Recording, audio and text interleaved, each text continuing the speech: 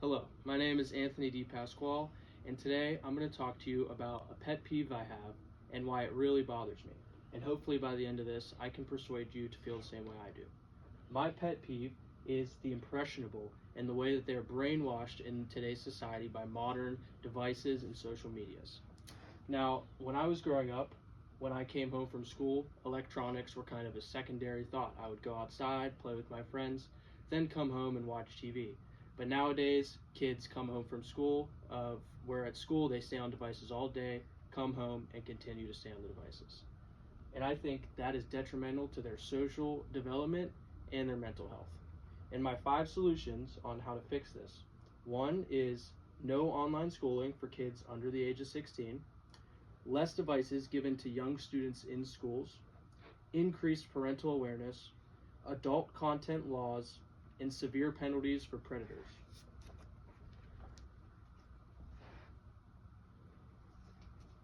My first solution is less online schooling.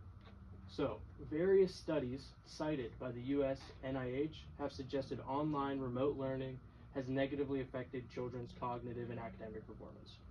So just from that study by the NIH, we can tell that online learning is inferior and it's impacted them, and this was seen in test grades by standardized testing and such online. And all the grades went down among all age groups. Also, studies by Sumitra Pokhrel and Rashan Chetri, also cited by the NIH, cover how during COVID-19, online learning showed its weaknesses in the inequity of home learning, an increase in cyberbullying, and rampant cheating.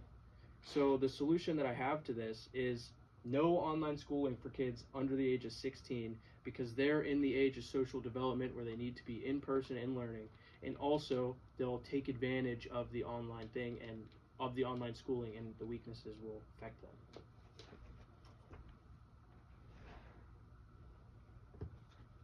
My next solution is school devices and the fact that we need less of them. So, expert opinion by law enforcement cited by the NIH confirmed that increased time spent on the internet and the increasing number of platforms and applications increase the likelihood of the youth being targeted and victimized online. Now, what does this mean? It means the more that these kids are on their devices and online, the higher risk they're at of being affected by predators, scams, and exploitation online. When I was going to middle school, for example, we were given iPads in the 6th grade, and when we got them, they were a major distraction for every student. We had the App Store on there, and we all played games, specifically Madden Mobile, and it caused a massive problem. When we moved up to 7th grade, they removed the App Store, and kids started downloading VPNs to download the games.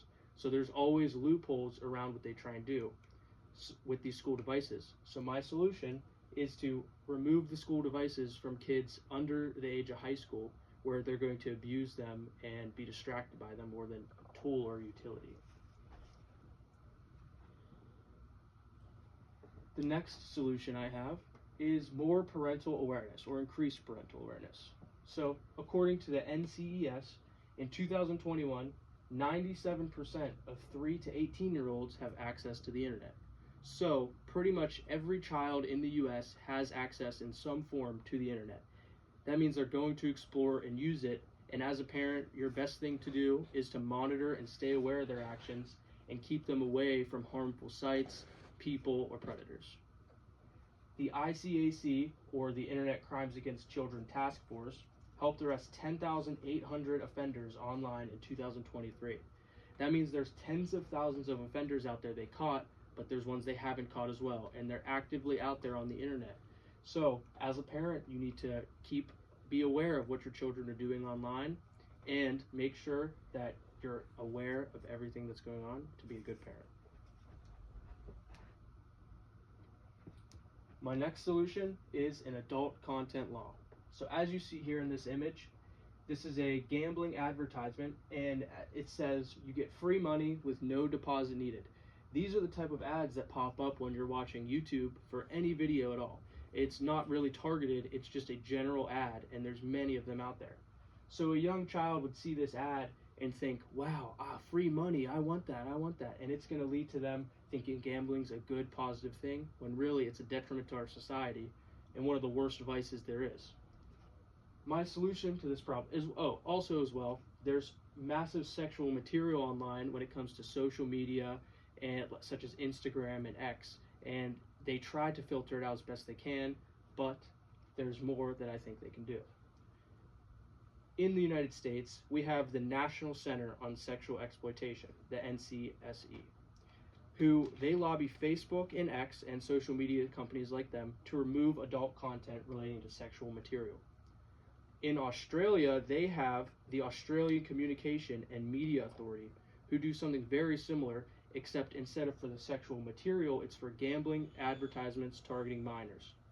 So my solution would be to include the gambling in the sexual material that the National Center on Sexual Exploitation already searches for, so that we can get rid of both of these things from the internet and away from children who are impressionable.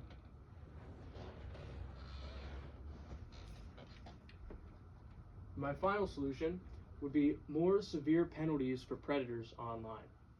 Predators exploit minors who cannot consent, they groom minors until they come of age, and they often own and trade CSAM, which is known as child sexual abuse material, or child pornography. According to the FBI, more than 50% of the victims of online sex exploitation are between 12 and 15 years old. So that means those kids who are in that teenage age group, who typically are using devices every day and given devices by their schools, are the main target of these sexual predators online. So the average sentence for possession of CSAM content is 54 months with no mandatory minimum. The penalty for trafficking it is 136 months with a 5-year minimum.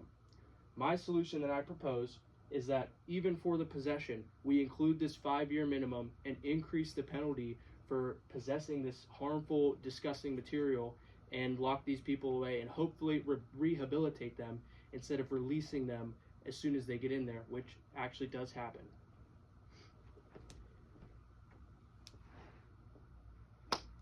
Thank you for listening to my speech. I hope through this time I've persuaded you to my opinion, and you also now feel the same way I do and feel so strongly about the brainwashing of the impressionable online. Thank you.